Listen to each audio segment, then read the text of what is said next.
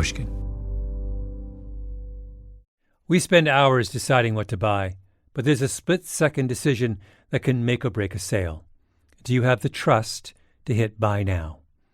Agentic commerce is testing that moment more than ever. And that's where PayPal comes in. With 25 years of checkouts, 400 million consumer accounts globally, and the benefit of purchase and seller protection, all of which make sure wherever a purchase starts, it ends with trust. Built for payments, growth, and agentic. PayPal Open, built for all business. Visit paypalopen.com. Purchase and seller protections on eligible transactions only. Terms apply. See paypal.com/risk-management for details. Liberty was never just a word. It has guided every American endeavor for the past 250 years. And now it takes form in a new way. The 2026 Semi-Quincentennial Coin and Medal Program from the United States Mint celebrates the founding ideals that have long shaped our coinage. Available 1 year only, this historic collection features new coin designs, limited edition releases, and reissues. Shop new official coins at usmint.gov/semiq. That's usmint.gov/SEMIQ.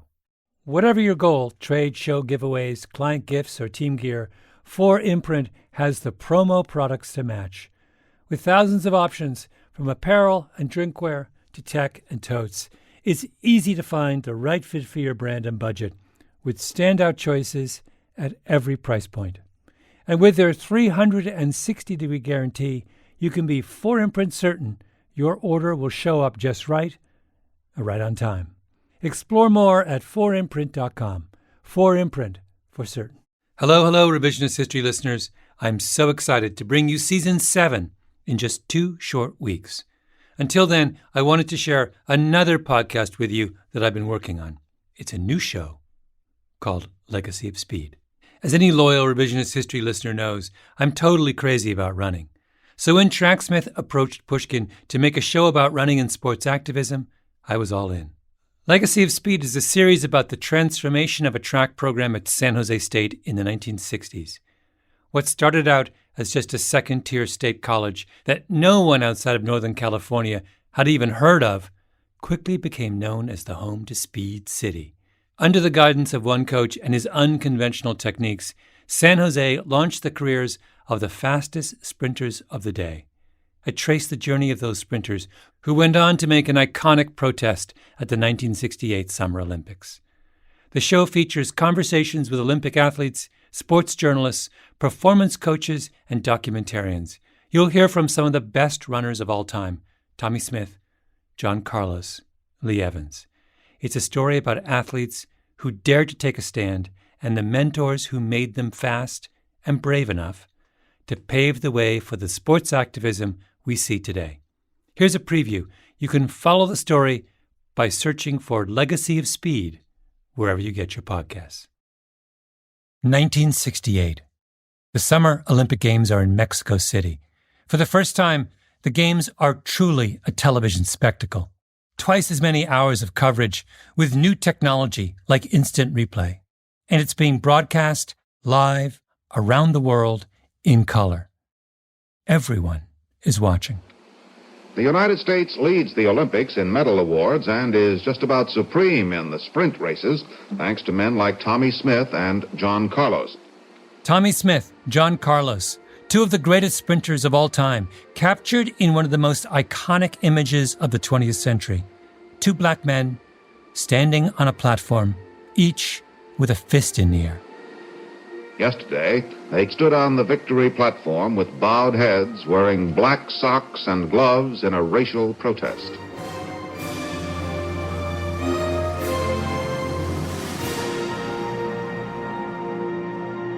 I remember seeing that photo as a kid growing up in the 1970s, a kid who was obsessed with sports. And even though I was much too young to understand anything about the context for it, I understood that it was an act of transgression. Over the next 5 episodes, I want to tell you the story behind that transgression, how those two men ended up on the victory stand, their struggles and triumphs, Because in that moment, half a century ago, the way we think about sports and social protest shifted forever in ways that we are still wrestling with today. Two extraordinary figures made that iconic moment possible. One, Bud Winter, an eccentric tactician who reinvented what it meant to be a coach. The other, Harry Edwards, a fiery professor and Black Power activist who dared to challenge that most sacred of American institutions. And here's the remarkable thing. All four of those men, those two runners, the professor and the coach, came from the same place, a second-tier state college that no one outside of Northern California had ever heard of. San Jose State, or, as it was known back then, Speed City.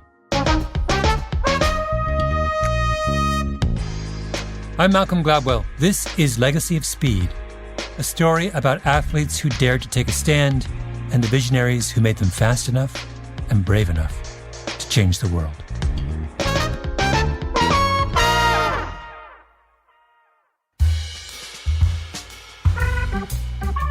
In the 1960s, Silicon Valley was not yet called Silicon Valley. That nickname wouldn't come until the early 1970s. But among the rolling hills and citrus groves south of San Francisco, 100 revolutions had already started to bubble. The microchip, the beginnings of the personal computer, the internet. The Bay Area was wide open to innovation and reinvention and anyone who had a crazy idea about how to do things better. And in the middle of that ferment was a commuter school in downtown San Jose State. San Jose State was where a coach named Bud Winter held court. And Bud Winter is where this story begins. Bud was one of the most important coaches of the 20th century. He invented modern sprinting with an unconventional approach that has today become dogma. Have you ever watched the way the fastest man in history, the Jamaican sprinter Usain Bolt, glides down the track? Usain Bolt! Look at the time! 9:58 world record! Unruffled, calm, composed. You can credit Bud Winter for the way Bolt ran. Bolt's coach was a Bud Winter disciple. Over his career, Bud coached 102 All-Americans, 37 world record holders, and 20 Olympians, including Tommy Smith and John Carlos, the two sprinters who raised their gloved fists in Mexico City. Bud's athletes so completely dominated sprinting that people stopped calling the San Jose team by its formal nickname, the Spartans, and just called it Speed City. He was a scrapper. He grew up in a poor neighborhood in San Francisco.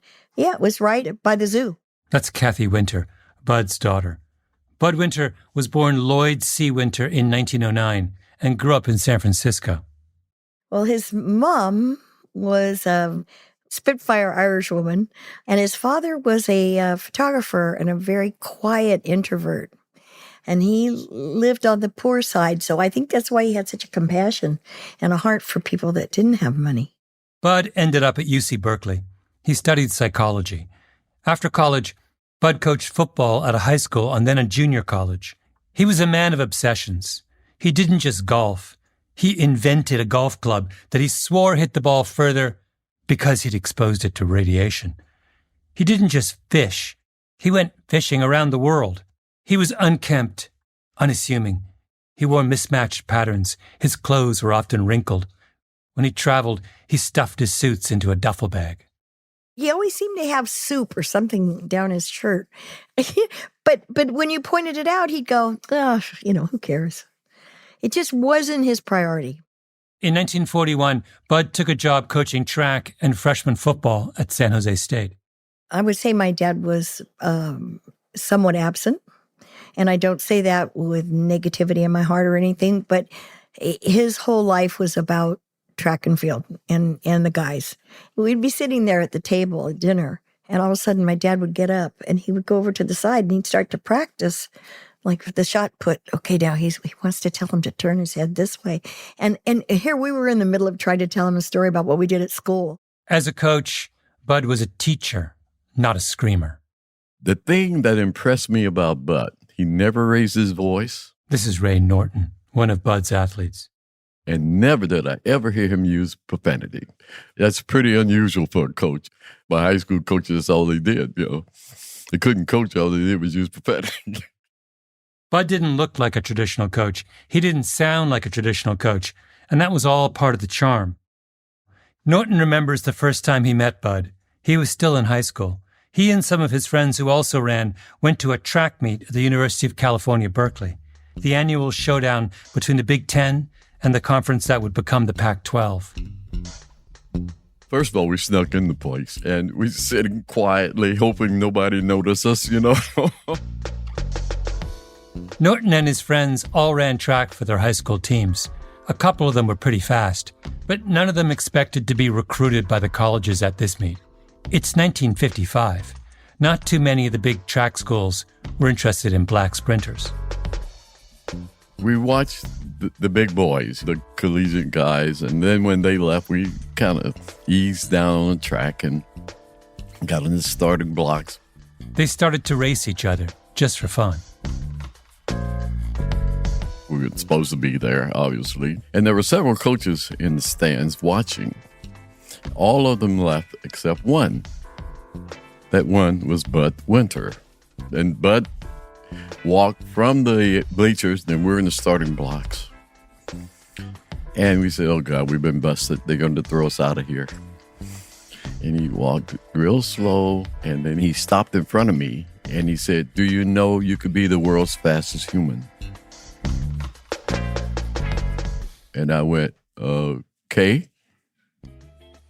I wasn't even the fastest guy in the starting blocks where he was standing. A couple of the high school kids could beat me. And they're going, what? This coach must be on something. At the time, Norton had no idea what Bud saw in him. It wasn't until he went to San Jose State that he understood that Bud had turned the science of sprinting on its head. I was 6'3". Sprinters are like 5'8", 5'9", 5'10". What he saw is that I had a natural relaxation mode. I didn't strain when I ran, and the other kids did. He could teach me the relaxation mode, and I could handle it. The relaxation mode. Shorthand for the complex set of ideas at the heart of Bud's philosophy. Coaches for generations had stressed the visible application of effort, intensity, the grimacing, tightly coiled runner huffing and snorting down the track like a runaway plow horse. Work harder, push, push, push. But Bud's thought was, what if that was entirely backwards? What if the sprinter should be gliding?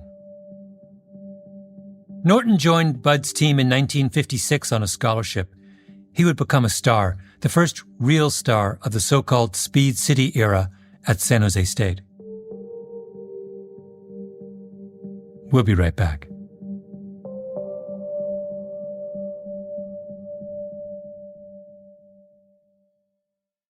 We spend hours researching products online and deciding what to buy, but there's a split-second decision that can make or break a sale. Do you have the trust to hit the Buy Now button? The way we discover and compare things is evolving, happening faster, and influenced by new forms of intelligent advice. But the underlying trust question doesn't go away. If anything, it's more important than ever. That's where PayPal comes in. For more than 25 years, they've been a trusted way to pay.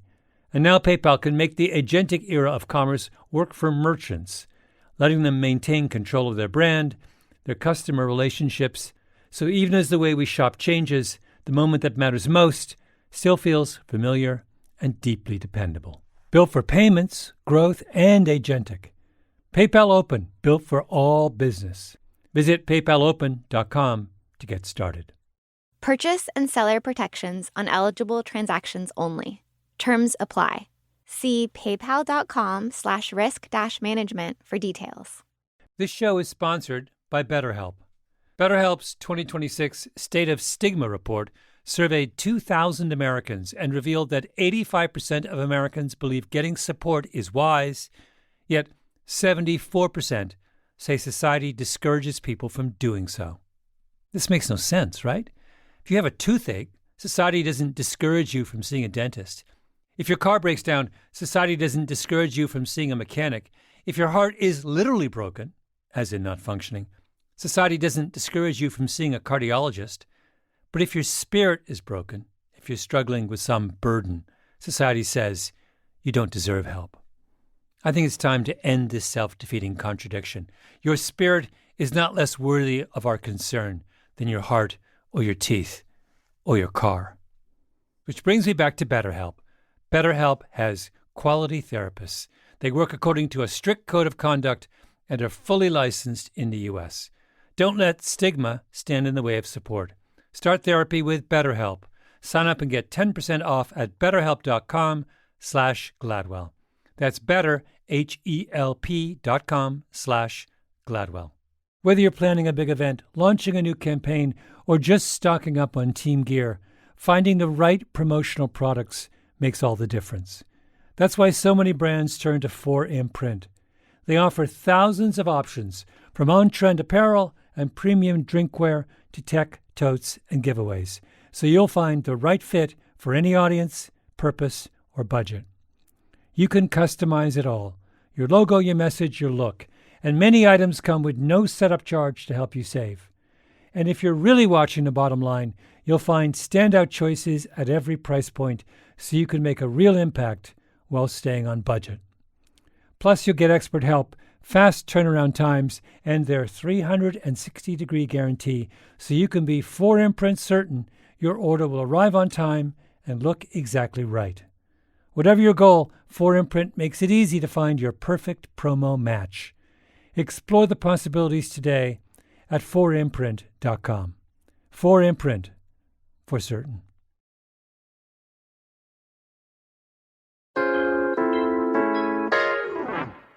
Bud Winter had his light bulb moment when he first arrived at San Jose State. He sat in on a class taught by Dorothy Hazeltine Yates. It was about the psychology of fighter pilots, an enormously important subject at the start of World War II. Pilots were suffering from nervous exhaustion, burnout, breakdowns. They were making fatal errors in combat because of the enormous stress they were under. In the class, Bud learned about a new approach to tackling the problem: teaching the pilots relaxation techniques. Bud watched as the techniques were applied to boxers at San Jose State. This is what Bud wrote in his 1981 book, Relax and Win. The results proved not only gratifying, in some cases they were amazing to us. Green, inexperienced novices very soon showed the cool, confident poise of champions. San Jose boxers won every bout that season, some spectacularly. At the start of the Second World War, Bud enlisted in the Navy, and he got a chance to build on what he'd learned with Yates's class at San Jose. He was put in charge of a research study at a flight school in California, looking at relaxation training for cadets. It was the beginning of what would be a radical transformation in the way we think about preparing people for stressful jobs. We called up Dr. Belisa Vranich to get a little 101 on relaxation techniques. So any tense muscle you have on your body is using oxygen. And you need other muscles to be sort of prepped and alert and ready to go. Vranich is a clinical psychologist who works with lots of people in high-stress jobs: law enforcement, firefighters, Navy SEALs, pilots. So if your entire body is tense, you are going to be using up calories and you're going to be using up oxygen. For instance, chess masters burn a tremendous amount of calories playing chess. And it's because your brain uses so much oxygen. So if you are thinking intense and if your body is tense, you're tapping into your tank of energy.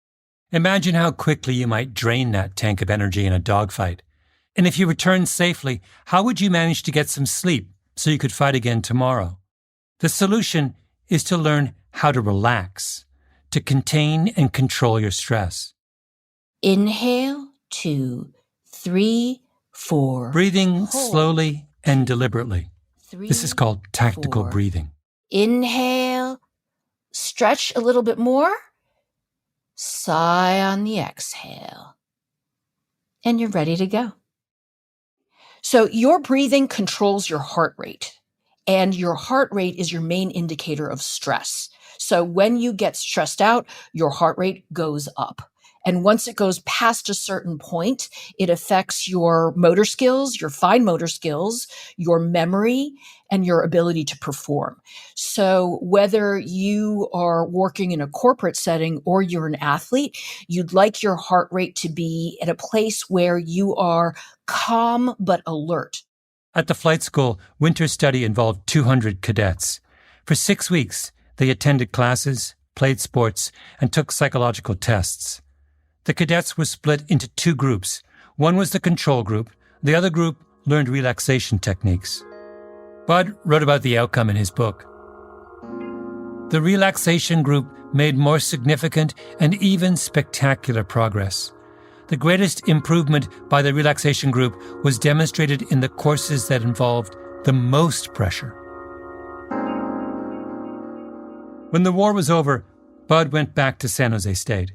And that's when he realized if relaxation techniques could help pilots, surely they could also help sprinters. Dr. Belisa Vranich again. If you are able to get yourself to breathe well mechanically, meaning diaphragmatically, and now you train those muscles separate from your sport, it actually affects your times. It delays fatigue. The problem at the heart of a sprinter's task was pressure. They weren't running a marathon where they had 2 hours to settle in and adjust and make up for mistakes and misjudgments. A 100-meter sprint is 10 seconds. The 200 meters is 20 seconds. The runner must react instantly to the gun, run a flawless race, extract every ounce of speed from their bodies over an impossibly compressed time frame. The sprinter settling into the blocks before a race was under an extraordinary, potentially debilitating amount of pressure. And the body's untrained response to that pressure makes the runner slower, not faster. Bud realized he needed to fix that problem. That idea seems common sense to our ears today, but it came from Bud. He was really visionary in understanding how important relaxation was to performance. Think about it. In the 40s, 50s, or 60s, what you were hearing was buckle up, right? Maybe a little bit later was no pain, no gain, was pull yourself up by your bootstraps. So that he was saying relax to perform better was fantastic because it works. Ray Norton and other athletes on the track team remember Bud and his phrases. How do you explain to a sprinter running full speed to relax? Well, you teach them to relax by using certain terminologies. Mantras, really. They were designed to keep parts of your body relaxed. If you ran for Bud, a couple of them were burned into your brain. Loose hands. You never clench your fist when you're running. Loose jaws. You don't have to open your mouth, but just relax. To demonstrate the power of loose hands, loose jaws, Bud would have his athletes run it tight, straining with effort, and time them.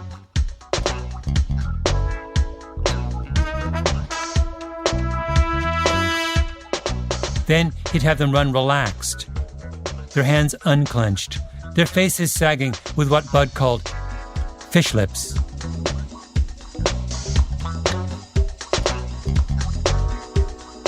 The stopwatch didn't lie.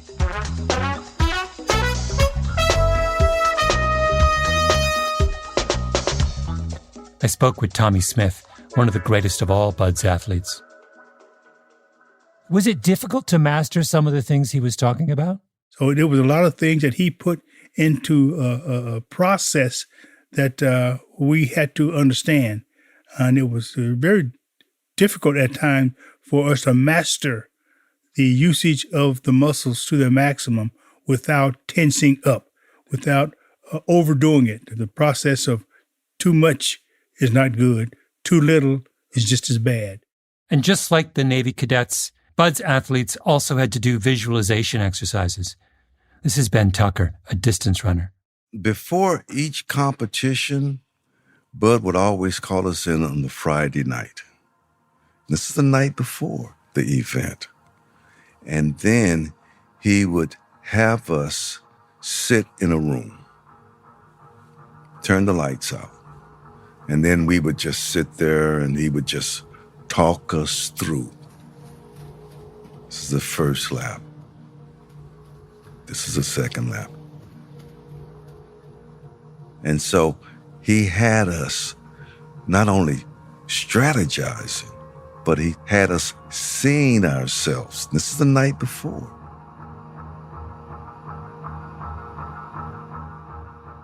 Yeah, we call it hypnosis. Bud is hypnotizing us. But it got into our heads. Got into our heads. Bud also ran his athletes methodically through drills he'd created, like the high knee exercise.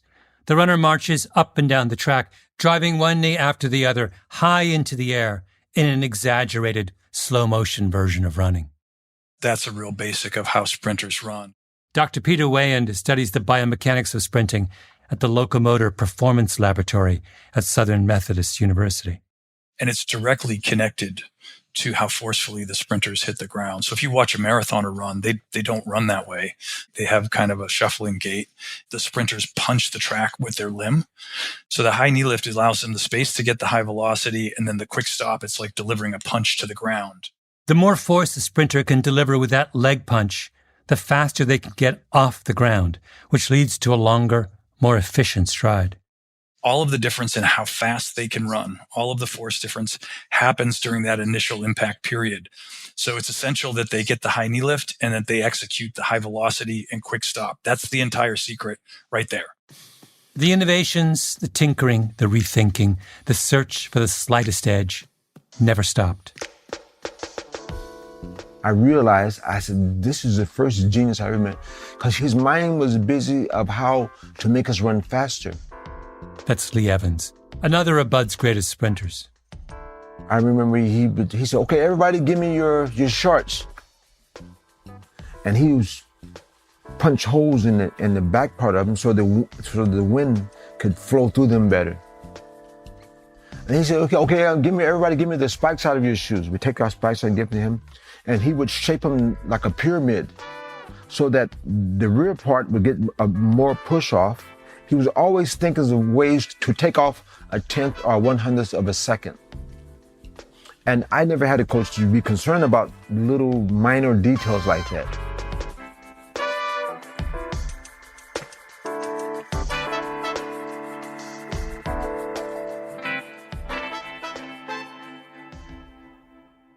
We spend hours researching products online and deciding what to buy, but there's a split-second decision that can make or break a sale. Do you have the trust to hit the Buy Now button? The way we discover and compare things is evolving, happening faster and influenced by new forms of intelligent advice. But the underlying trust question doesn't go away. If anything, it's more important than ever. That's where PayPal comes in. For more than 25 years, they've been a trusted way to pay. And now PayPal can make the agentic era of commerce work for merchants, letting them maintain control of their brand, their customer relationships, so even as the way we shop changes, the moment that matters most still feels familiar and deeply dependable. Built for payments, growth, and agentic. PayPal Open, built for all business. Visit paypalopen.com to get started. Purchase and seller protections on eligible transactions only. Terms apply. See paypal.com/risk-management for details. Whether you're planning a big event, launching a new campaign, or just stocking up on team gear, finding the right promotional products makes all the difference. That's why so many brands turn to 4imprint. They offer thousands of options, from on-trend apparel and premium drinkware to tech, totes, and giveaways, so you'll find the right fit for any audience, purpose, or budget. You can customize it all: your logo, your message, your look. And many items come with no setup charge to help you save. And if you're really watching the bottom line, you'll find standout choices at every price point so you can make a real impact while staying on budget. Plus, you'll get expert help, fast turnaround times, and their 360-degree guarantee so you can be 4imprint certain your order will arrive on time and look exactly right. Whatever your goal, 4imprint makes it easy to find your perfect promo match. Explore the possibilities today at 4imprint.com. 4imprint, for certain. Liberty was never just a word. It has guided every American endeavor for the past 250 years. And now it takes form in a new way. The 2026 Semi-Quincentennial Coin and Medal Program from the United States Mint celebrates the founding ideals that have long shaped our coinage. Available 1 year only, this historic collection features new coin designs, limited edition releases, and reissues. Shop new official coins at usmint.gov/semiq. That's usmint.gov/SEMIQ. At the heart of the Bud Winter revolution is that he saw his role as cultivating the talent of his athletes. He took raw clay and molded it. That is not how coaches saw their role in those years. The traditional coach exploited talent. The distinction between cultivation and exploitation is crucial. Coaches of that era were motivators, recruiters, tacticians. Coaches took what they were given and put it to use. Bud was one of the first modern coaches who understood that a coach's job was to manufacture elite performance systematically and methodically, not just shepherd it into existence. The most successful of the coaches of the contemporary age, Bill Belichick in football, Phil Jackson and Pat Summitt in basketball, are in many ways Bud's disciples. When a coach wins again and again in different places and with different athletes, it means they have crossed the line from exploitation to cultivation. Bud was the prophet of that movement. Bud held coaching clinics nonstop.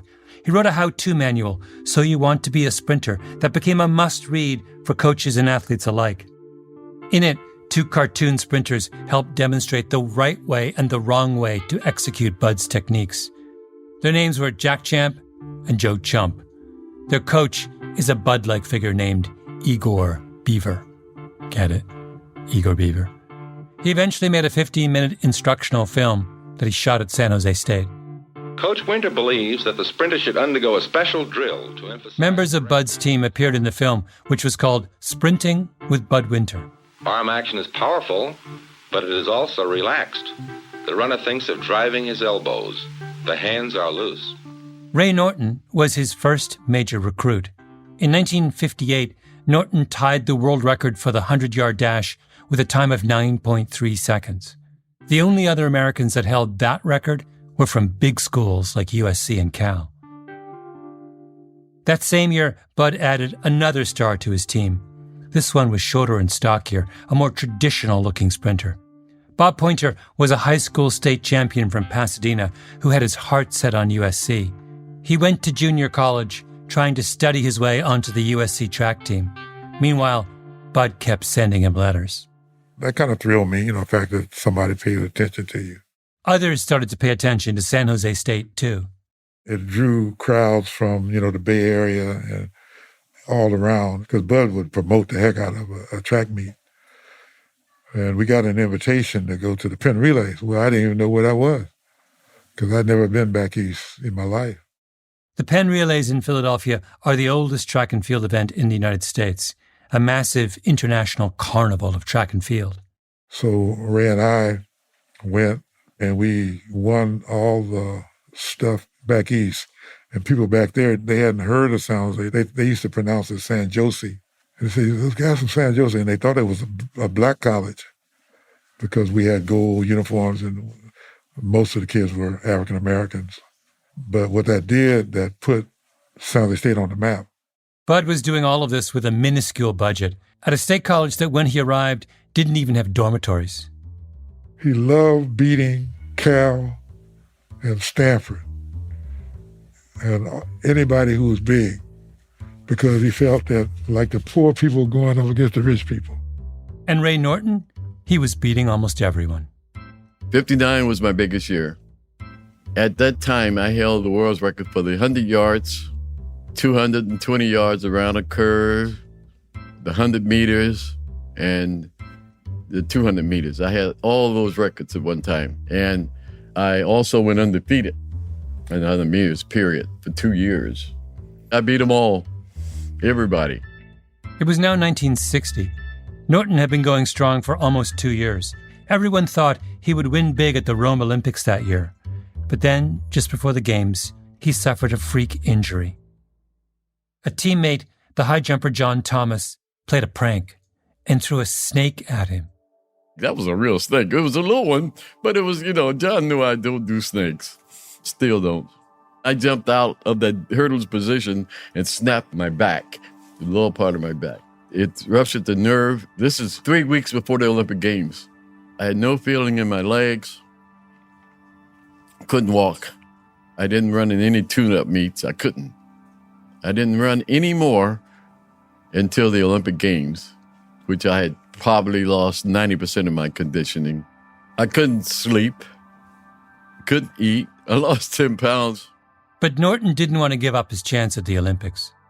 I just decided that I still could win and nobody can beat me, even though I couldn't walk 3 weeks before that. Norton made it to the finals of the 100 meters and the 200 meters at the Olympics, but he finished dead last. Then he botched a baton pass in a 4x100 meter relay, leading to a disqualification. The meltdown was astonishing. The U.S. hadn't lost the men's 100 meters since 1928. I don't even know how I ran, to be honest with you.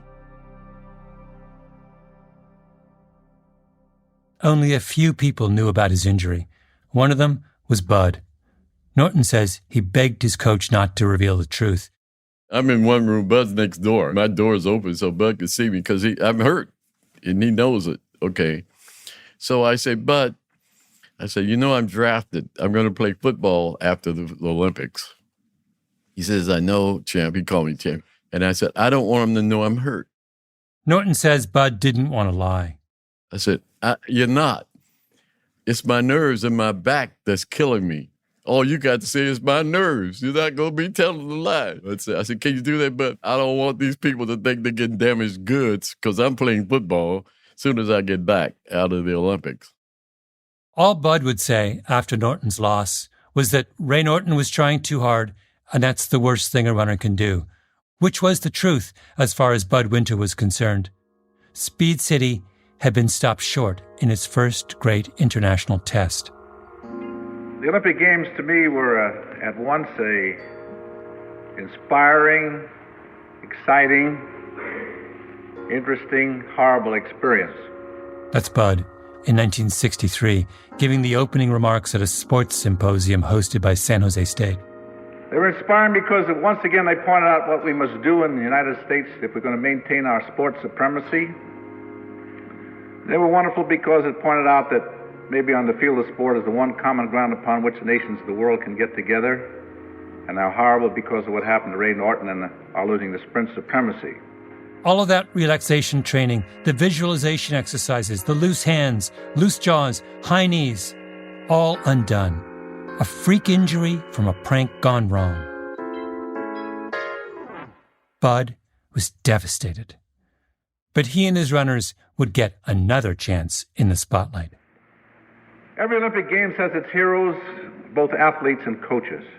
And perhaps only this time, Speed City would get swept up in another, bigger revolution across America. The 1960s would bring riots, protests, violence, political assassinations, and the organized marches of the civil rights movement. And here was a group of young black men who had already been liberated from one orthodoxy, who had been taught that calm and self-possession and preparation could unleash extraordinary performance. The sprinters of Speed City would become famous, and a question would be asked of them that had never really been asked of athletes before. What will you make of your position? You will stand on a platform. What will you do once you're there? In our next episode, the athletes of Speed City win acclaim and break world records. But off the track, they struggle to make ends meet. After a discus thrower objects to the treatment of black athletes on campus, he sparks a movement that will become one of the most important moments of activism in sports history.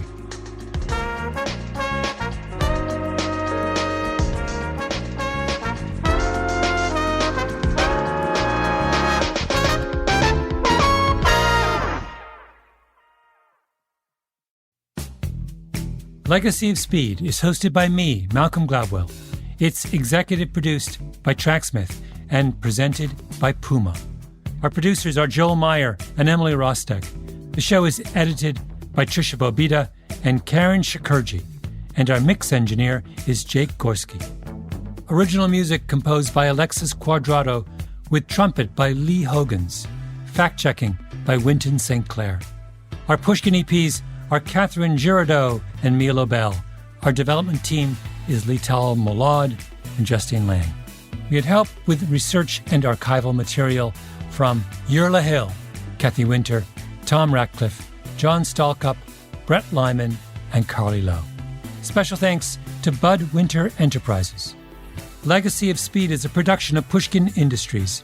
If you love this show, consider subscribing to Pushkin Plus, offering bonus content and ad-free listening across our network for $4.99 a month.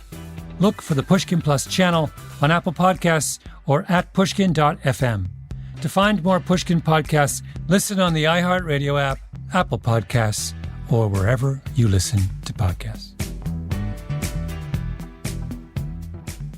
That was a preview of Legacy of Speed. You can follow the story by searching for Legacy of Speed wherever you get your podcasts. We spend hours deciding what to buy, but there's a split-second decision that can make or break a sale. Do you have the trust to hit buy now? Agentic commerce is testing that moment more than ever, and that's where PayPal comes in. With 25 years of checkouts, 400 million consumer accounts globally, and the benefit of purchase and seller protection, all of which make sure wherever a purchase starts, it ends with trust. Built for payments, growth, and agentic. PayPal Open, built for all business. Visit paypalopen.com. Purchase and seller protections on eligible transactions only. Terms apply. See paypal.com/risk-management for details. If you want all of your data in one place, if you want a single home for all of your entities, if you want to spend more time working and less time searching, you need the Intuit ERP. I know because I'm Damon John, and I run my growing business on Intuit Enterprise Suite, the AI-native ERP that's powerful, painless, and proven.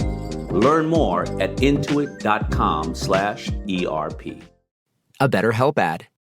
Have you ever had so many tabs open that your computer starts slowing down? 10 for work, 5 for family, 1 for that thing you've been meaning to figure out. 20 more are running quietly in the background. Life can feel like that too. According to BetterHelp's 2026 State of Stigma report, 85% of Americans say getting support is a smart thing to do. Yet 74% say society still discourages people from asking for help. And more than 3 in 4 Americans reported symptoms of anxiety or depression in the past 2 weeks. Therapy can help you sort through what's taking up space and attention. With BetterHelp, you can connect with a licensed therapist online on your schedule. You'll be matched based on your needs, and you can switch therapists anytime. In fact, 69% of BetterHelp users showed meaningful improvement in anxiety and depression. Maybe it's time to close a few tabs. Visit BetterHelp.com. That's better, HELP.com.